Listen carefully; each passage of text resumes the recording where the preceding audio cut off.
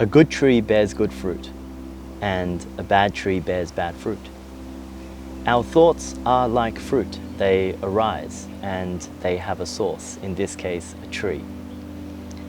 And a lot of the thoughts which we don't like, the judgmental thoughts or fear, have a tree, have a source.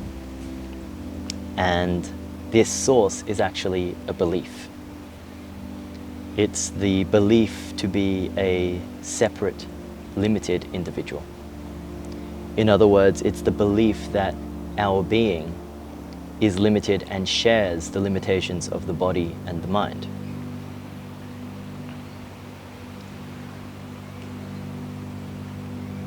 And so if we could take the axe to the root, if we could get rid of this belief, which is gratuitous because there's no evidence to support this, then we would also bear different fruit. And the good news is our being is our being. It's accessible directly. We can go to it at any time. And because we can go to our being at any time, we can also investigate the nature of our being.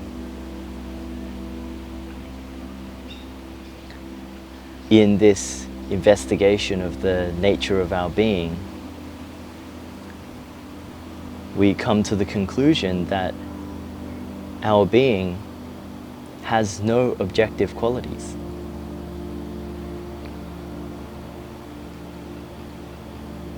As Meister Eckhart would say, our being is clear. And just as a clean mirror is invisible. And so if we investigate our being, and every time we investigate our being, we find no limitation. We find no evidence to support the common belief that our being is limited. Then why do we hang on to that belief? It's dead wood.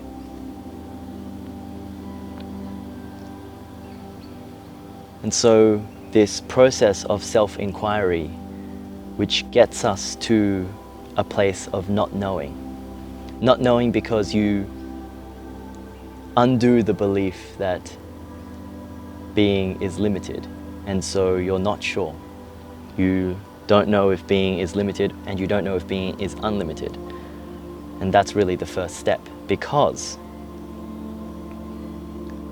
then we can be rigorous, we can be scientific, we can run experiments, we can live our life from the perspective that being is either limited or not, and collect experimental data in the form of lived experience. And so for most of us, we've lived the majority of our lives with the belief that our being is limited and separate, and so we have enough data for that. So why not live your life from the perspective that being is not limited, and that your being is shared by everyone and everything?